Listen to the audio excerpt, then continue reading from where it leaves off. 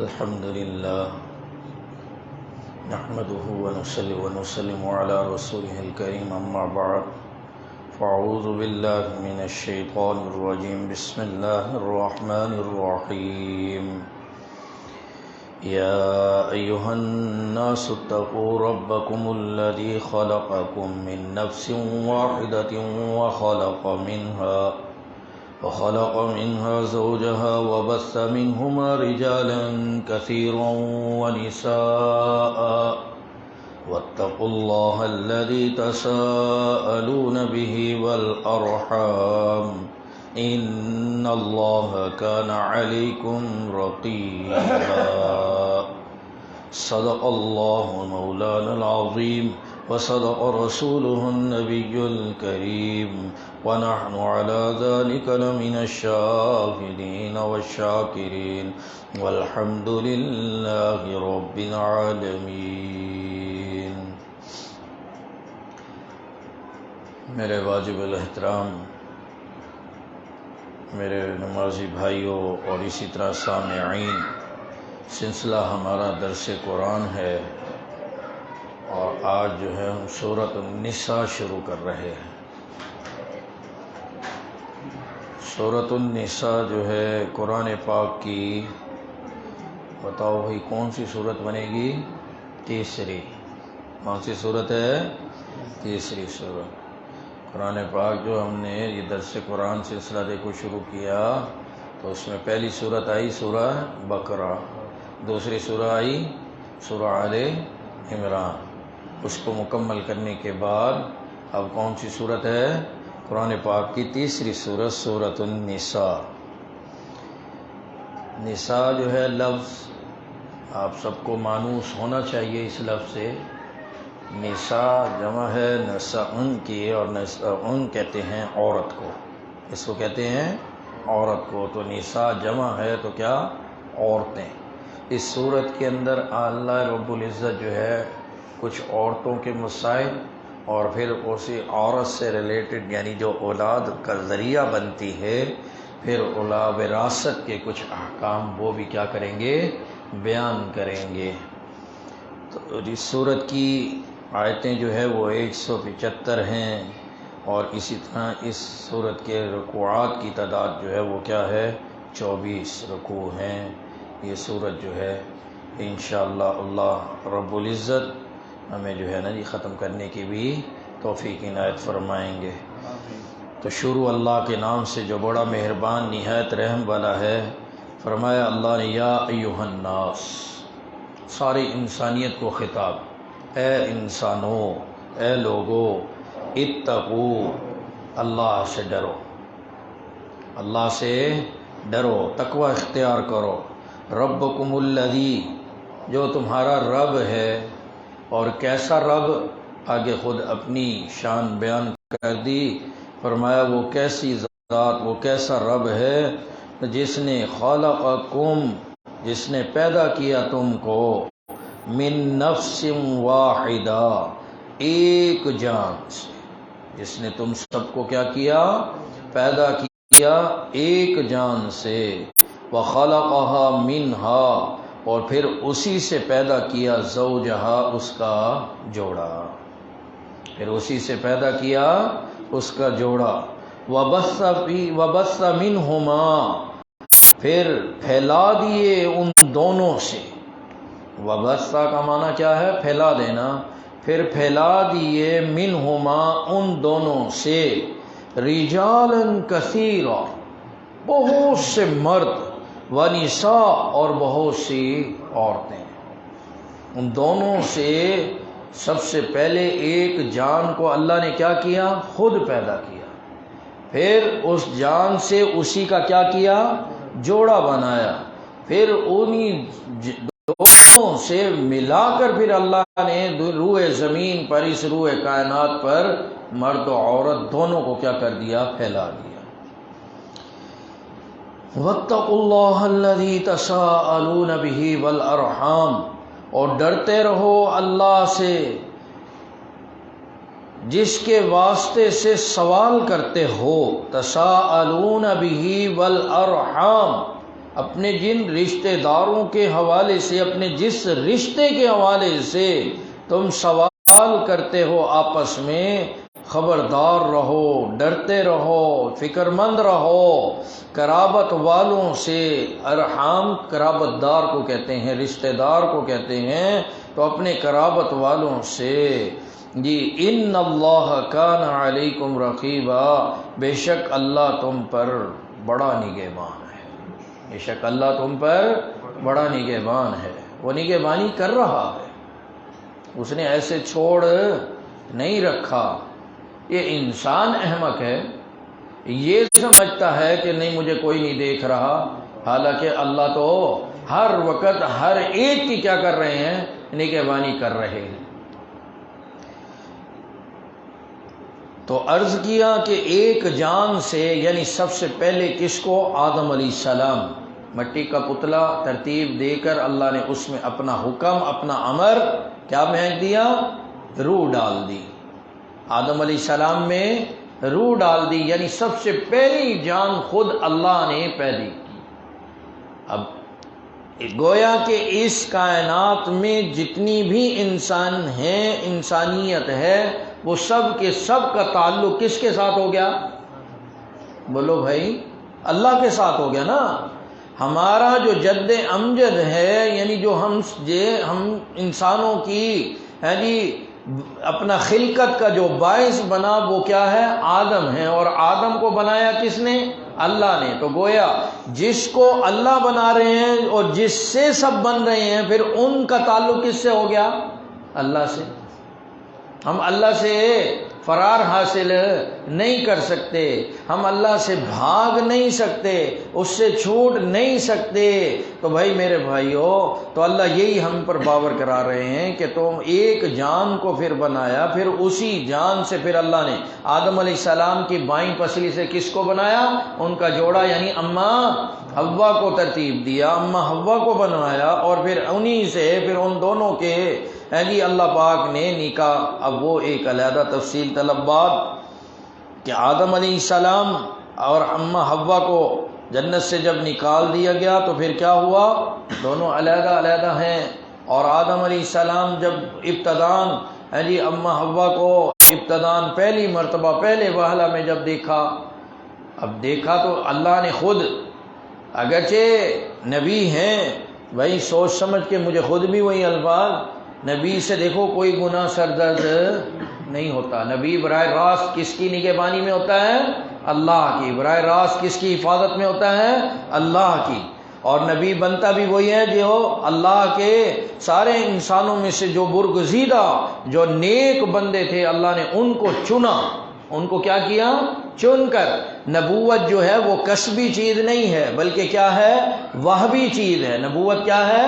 وہبی چیز ہے، جس کو اللہ عطا فرماتے ہیں۔ کوئی خود نبوت کو کسب نہیں کر سکتا، کما نہیں سکتا۔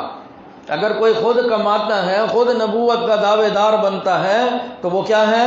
کذاب، جھوٹا ہے، وہ تو پھر واجب القتل ہے، اس کو تو مار دینا چاہیے۔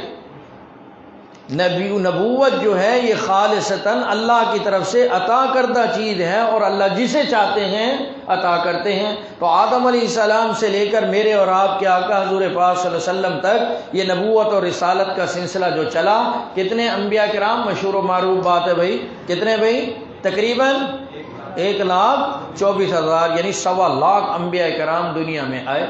اب آپ علیہ السلام کی بعثت سے پہلے جتنے بھی انبیاء علیہ السلام آئے، وہ کیا تھے؟ کسی خاص قبیلے کے لیے، کسی خاص گروہ کے لیے، کسی خاص برادری کے لیے، کسی خاص خطے کے لیے، کسی خاص ملک کے لیے۔ لیکن آپ علیہ السلام کی جب بعثت ہوئی تو ایک تو یہ کہ سابقہ تمام انبیاء کی نبوت بھی، تمام انبیاء کی رسالت بھی، تمام انبیاء کی جو ہے کتابیں بھی، تمام انبیاء کی شریعتیں بھی، سب کیا ہو گئیں؟ منسوخ ہو گئیں۔ اب کس کی شریعت؟ محمد صلی اللہ علیہ وسلم کی شریعت۔ اب کتاب کس کی؟ محمد صلی اللہ علیہ وسلم کی۔ اب جو ہے طریقہ کار سنت کس کی؟ نبی پاک صلی اللہ علیہ وسلم کی۔ قیامت تک آنے والے انسانوں کی راحت کا خوشی کا ذریعہ اللہ نے بنا دیا۔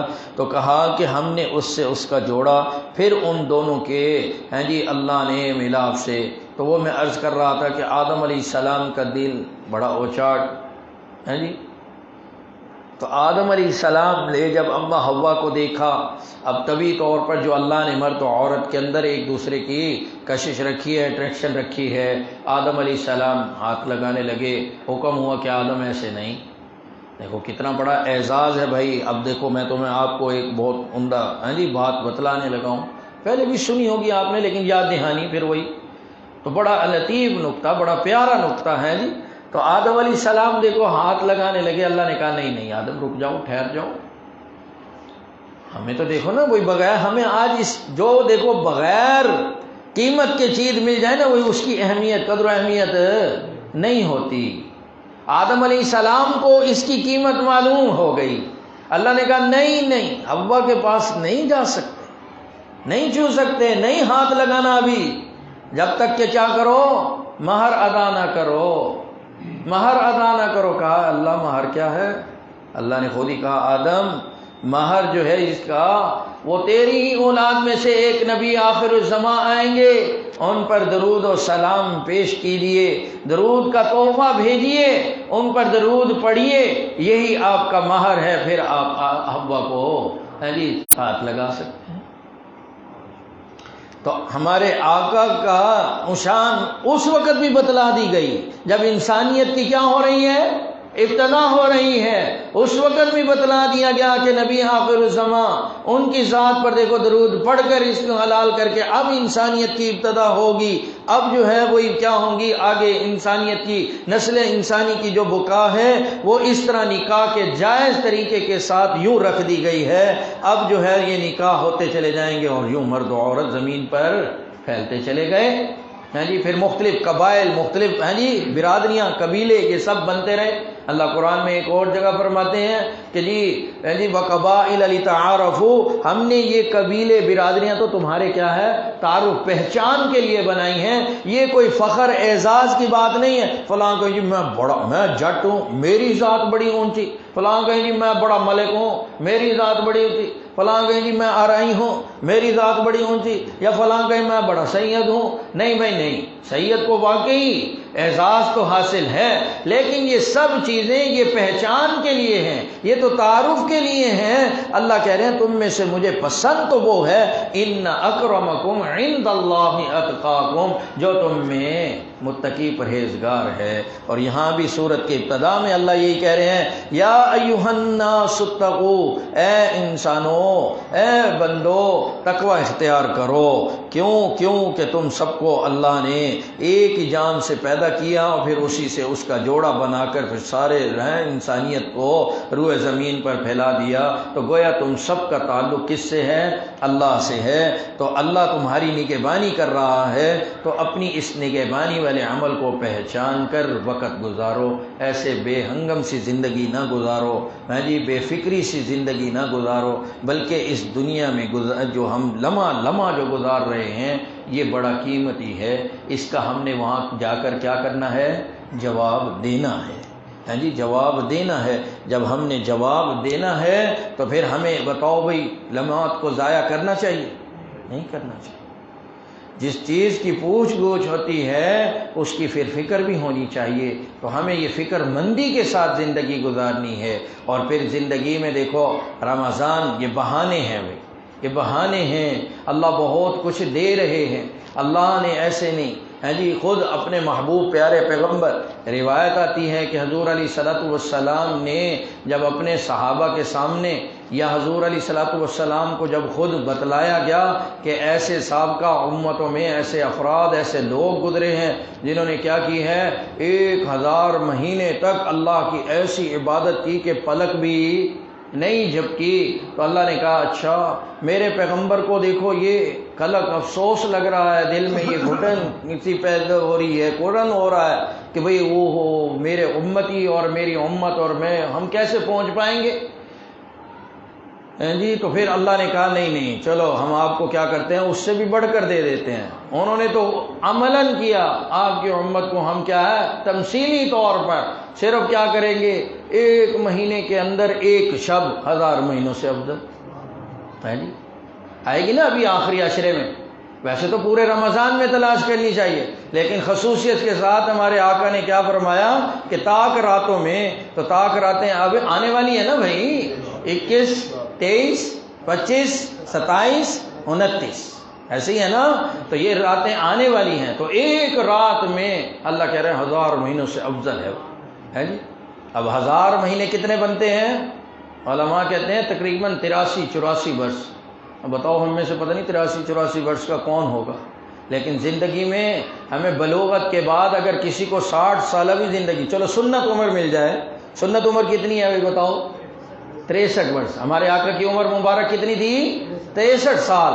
تو اب بلوغت کے جو ہے بلوغت 12 سال کے بعد، تو اب 63 میں سے وہی 12 13 سال نکال دو، باقی کتنے ہیں جی؟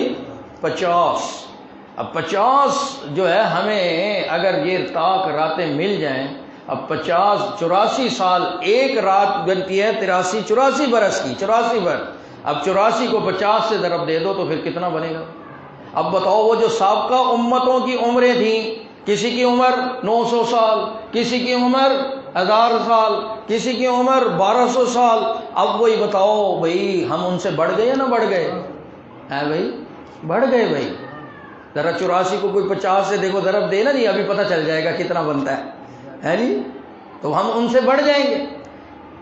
ویسے بالفعل ہم میں سے 84 کا پتہ نہیں کون ہو، ہے جی؟ 84 سال بڑی ضعیفی والی عمر ہے، لاٹھی پکڑ کر بیچارہ سہارے کے سہارے کا محتاج ہے جی۔ 84 سال کسی کی عمر ہوگی، لیکن جو ہے حضور علیہ الصلوۃ والسلام فرما رہے ہیں توسط سے ہمیں وہ ایک رات مل رہی۔ پھر اسی طرح اور بھی رمضان میں دیکھو بہت کچھ، ابھی ہم نے یہ سجدہ ادا کیا، یہیں دوستوں کو بتا رہے تھے، پہلے بھی انفرادی طور پر بھی بتاتے ہیں یہاں، اب درس میں بھی بات ہے جی۔ ایک سجدے پر بتاؤ کتنی نیکیاں؟ ایک روایت میں پڑھ رہا تھا کہ 1500 نیکیاں ملتی ہیں، 1500 نیکیاں، ایک سجدے پر ہمیں 1500 نیکیاں ملی ہیں۔ تو رمضان میں اپنے سجدوں کو بڑھانا چاہیے نہیں بڑھانا چاہیے؟ بڑھانا چاہیے۔ اور کس طرح بڑھتی ہیں بتاؤ؟ تراویح کی نماز پڑھنی چاہیے، تراویح کی نماز پڑھیں گے، 20 رکعت تراویح پڑھیں گے تو بتاؤ کتنے سجدے ہوں گے بھائی؟ 40 سجدے ہو جائیں گے۔ دیکھو یہ اپنی نماز کے اندر بڑھوتری، ہاں جی۔ تو ہمیں تراویح چھوڑنی نہیں چاہیے۔ لوگ آج تھوڑا سا کچھ ہوتا نہیں جی، ہاں جی بہانہ بن جاتا ہے، او یار آج تو بس وہ افطاری زیادہ کھا لی، بس اب نہیں جی، اب تو اٹھا ہی نہیں جا رہا، اب بس تراویح گئی جی۔ نہیں، تراویح چھوڑنی نہیں چاہیے بھائی۔ تو ایک سجدے پر 1500 نیکیاں، اور پھر رمضان والی وہی فضیلت، 1500 کو 70 سے ضرب دو، پتہ نہیں کیوں کچھ ہے جی۔ پھر قرآن والی فضیلت، بہت کچھ ہے بھائی۔ تو یہ سب لینے والے ہم بنے بھائی، ہے جی۔ کون ارادہ کرتا ہے کہ انشاءاللہ ہم لیں گے بھائی؟ دیکھو رمضان کے 15 دن گزر گئے، اب ہم سب کو خوب معلوم ہے، ہم میں سے کتنوں کی دیکھو کتنی نمازوں کی تکبیر اولیٰ رہ گئی ہے جی، ہم میں سے کتنوں کی تراویح رہ گئی، ہم میں سے کتنوں کی ہو سکتا ہے کہ نماز بھی چھوٹ گئی ہو، قضا ہو گئی ہو، ہے جی۔ یہ کتنا بڑا نقصان ہو گیا بھائی۔ حدیث پاک کے اندر آتا ہے ایک آدمی ساری زندگی روزہ رکھے اور ایک آدمی رمضان کا ایک روزہ رکھے، وہ سارے روزے اس رمضان کے روزے کا مقابلہ نہیں کر سکتے۔ تو اسی طرح ایک آدمی عام دن میں نماز پڑھ رہا ہے، اس کا بھی فائدہ ہے، لیکن ایک آدمی رمضان میں فرد کو اس دھیان کے ساتھ کہ میں رمضان کی فضیلت لے رہا ہوں، اس طرح آ کر تکبیر اولیٰ کے ساتھ فرض کو ادا کر رہا ہے، یہ فرد عام دنوں کے فردوں کا مقابلہ نہیں کرتا، یہ بہت بلند ہے۔ تو بھائی وہی ہے، آج چلو جو دن گزر گئے دیکھو وہ تو گزر گئے، اس پر تو اللہ سے خوب کیا ہو ہے جی، آہوزاری کے ساتھ، ہے رونے دھونے کے ساتھ، ہے جی اللہ سے معافی مانگنا، اور آئندہ دنوں کے لیے ہم عزم کر لیں کہ باقی جتنے دن ہیں، 16واں دن آج دیکھو اب ختم ہو رہا ہے، باقی 13 یا 14 دن جو باقی ہیں ان میں میں انشاءاللہ ان 14 دنوں کی 5 نمازوں کی تکبیر اولیٰ فوت نہیں ہونے دوں گا۔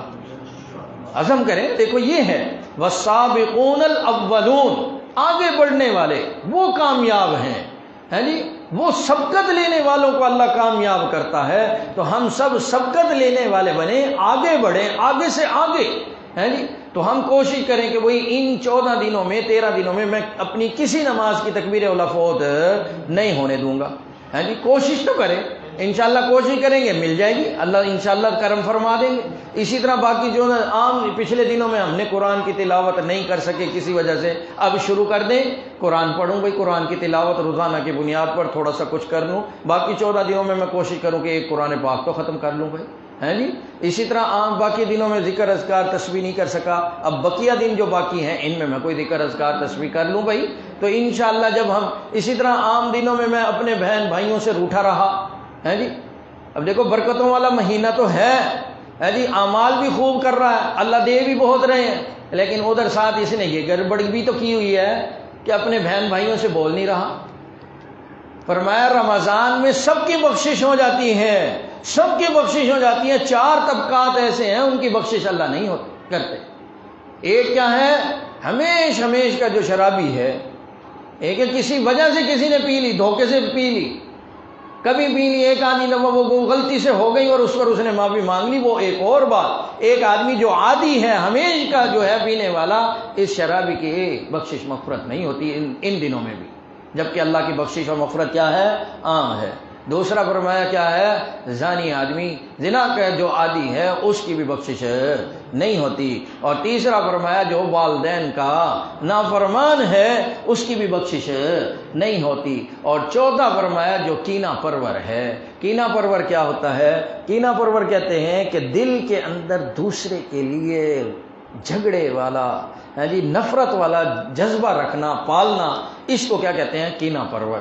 ان طبقات کی بخشش و مغفرت نہیں ہوتی۔ اور آج ہم ذرا دیکھو، آنکھیں بند کر کے اپنے اوپر غور کریں میرے بھائیوں، ہم اس چوتھی کیٹیگری میں ہم سب آتے ہیں، ہم کینہ پرور بنے ہوئے ہیں سب کے سب۔ ذرا کسی نے ہمارے مزاج کے خلاف بات کر دی، بس تو بھائی یہ اور وہ، اس پر سارے فتوے بھی لگ جائیں گے، پھر اس سے زندگی بھر بولنا ختم۔ حالانکہ ایسا نہیں بھائی، تو وہی اپنا روٹھے ہوں کو منانا بھائی، سب سے بڑا کام یہی ہے۔ میں آپ کے سامنے ایک بات رکھ رہا ہوں، یہ میری اپنی ذاتی، میں نے استادوں کی جوتیاں سیدھی کرنے کے صدقے جو 2-4 کتابیں پڑھیں، تو ان کتابوں کے خلاصے کے طور پر آپ کو اپنی بات بتا رہا ہوں کہ رمضان کے اندر میں نے 2 خاص عمل دیکھے اللہ والوں کے، صحابہ کے، آپ علیہ الصلوۃ والسلام کا خاص عمل جو ہے وہ کیا ہے، وہی آپ کے سامنے رکھ کر بات کو ختم کر رہا ہوں کہ وہ خاص عمل کیا ہے۔ ایک تو رمضان کے اندر قرآن کی تلاوت، اس کو اپنا شغف بنا لیں بھائی، قرآن کی خوب تلاوت کریں، یہ بڑا خاص عمل ہے بھائی۔ اور دوسرا جو خاص عمل کیا ہے کہ روٹھے ہوئوں کو منانا ہے، بڑا مشکل یہ، ناک آڑے آ جاتی ہے نا، انا یہ آڑے ہوئے فلاں نے غلطی کی تھی، میں یہ میں ہے کیا بھائی؟ تو کیا ہے؟ کچھ بھی تو نہیں ہے، وہی اللہ کا ایک امر ہی تو ہے، یہ جو بھونکا ابھی نکل جائے تو کیا ہے؟ کچھ بھی نہیں ہے، تو بے سود پڑا ہے، بے سود پڑا ہے، تیرا جسم مکھیاں بیٹھ رہی ہیں، مچھر ہیں۔ اور اگر احترام آدمیت میں جس طرح اللہ اور اللہ کے پیغمبر نے ہمیں بتلایا، اگر ہم اس کو دفنائیں نہیں ہے جی، اس کی تجہیز و تکفین نہ کریں، اس کو قبر میں نہ رکھ کر آئیں، وہ تو چیل کوے آ کر نوچ جائیں گے۔ ایسے ہے یا نہیں بھائی؟ ہم تو کچھ نہیں ہے، ابھی یہ بھونکا نکلنے کی دیر ہے، یہ امر نکلنے کی دیر ہے، ہم تو کچھ نہیں ہے۔ اور ایسے بڑا نقام بننا بھائی، میں وہ فلاں چودھری، فلاں یہ، فلاں ایم ایل اے، فلاں ایم پی، فلاں وزیر، فلاں یہ، فلاں وہ، بھائی کچھ بھی نہیں ہے، کچھ بھی نہیں ہے۔ وہ ایسے ہی اب میری کالج لائف میں دیکھو تھوڑا سا ہم نے وہ جو زمانہ گزارا، وہ اس میں ایک گانا چلتا تھا، وہ کہتا پانی کا بلبلا۔ اب بھائی پانی کا بلبلا ہی ہے کیا؟ ہم کچھ بھی نہیں ہے۔ تو بھائی اپنے آپ آزاد کے ساتھ وہی عزم باندھیں کہ انشاءاللہ بقیہ رمضان کو میں اس طرح گزاروں گا جس طرح میرے اللہ اور اللہ کے محبوب پیارے پیغمبر چاہ رہے ہیں۔ ہم نے اس طرح گزار دیا تو یقیناً یہ پھر رمضان ہمارے لیے کیا بنے گا؟ سفارشی بنے گا۔ پھر یہ رمضان ہم سے راضی ہوگا اور پھر یہ رمضان ہمیں اللہ کے خزانوں سے بہت کچھ دلائے گا۔ اللہ رب العزت اس سال کے رمضان کی ساری برکات ہم سب کو نصیب فرمائے۔ الحمدللہ رب العالمین، اللہم صلی علی سیدنا و مولانا محمد و بارک وسلم۔ اے میرے پاک اللہ، اے اللہ تو کریم آقا ہے، تو رحمان رحیم آقا ہے۔ اے میرے پاک اللہ، یہ جتنے بھی میرے بھائی بند بیٹھے یا اللہ، سارے دوست احباب، اے اللہ ہم سب کو اپنی شایان شان عطا فرما۔ اے اللہ تو نے ہی ہم پر فضل فرمایا، ہم نماز پڑھ کے یا اللہ جا سکتے تھے، چلے جاتے، اے اللہ تو نے فضل فرمایا، تو نے یا اللہ ہمارے دل میں یہ بات بیٹھی کہ نہیں، اللہ اور اللہ کے رسول کی بات سنتے ہیں، اے پاک کلام کا درس سنتے ہیں۔ اے میرے پاک اللہ، تو نے ہمارے دل میں یہ بات ڈالی، ہم بیٹھے، اے اللہ تو نے فضل فرمایا، ہمیں یہ بات کہنے سننے کی توفیق بخشی۔ اے اللہ جب تو نے ہم پر اتنا فضل فرما ہی دیا ہے تو یا اللہ مزید ہم پر یہ بھی فضل فرماؤ، ہمارا یہ کہنا سننا اپنی بارگاہ میں ایسے قبول فرماؤ کہ اسے ہماری بخشش و نجات کا ذریعہ بناؤ، اسے ہماری بخشش و نجات کا ذریعہ بناؤ۔ اے اللہ اس سال کے رمضان کی ساری برکات ہمیں نصیب فرماؤ۔ اے اللہ رمضان کی ہر طرح کی خیر و برکات سے ہم سب کو مستفید فرماؤ۔ اے اللہ اس سال کے رمضان کو ہماری زندگی کے اندر انقلاب کا ذریعہ بناؤ۔ اے اللہ ہر سال رمضان آتا ہے لیکن ہماری زندگی کے اندر اگر کوئی انقلاب نہیں آتا تو اے اللہ گویا وہ رمضان ہم ضائع کر بیٹھے۔ اے میرے پاک اللہ رمضان کو ہماری زندگی کے اندر انقلاب کا ذریعہ بنا، ہمیں اپنی پرانی عادتیں پرانی روشیں چھوڑنے والا بنا۔ اے اللہ ہمیں اپنا تعلق نصیب فرما، اپنے محبوب پیارے پیغمبر کی پیاری زندگی نصیب فرما۔ تو ہم سب کے حال پر رحم فرما، ہم سب کے حال پر رحم فرما۔ اے اللہ ہماری جائز ضرورتوں کو اپنے غیب کے خزانوں سے پورا فرما، حلال طیب پاکیزہ وسعت والا برکت والا رزق نصیب فرما۔ اللہم انک عفو کریم تحب العفو فاعف عنا یا غفور۔ لا الہ الا اللہ ونستغفر اللہ ونسألک الجنہ ونعوذ بک من النار۔ وصلی اللہ علی النبی الکریم وعلی آلہ واصحابہ اجمعین برحمتک یا ارحم۔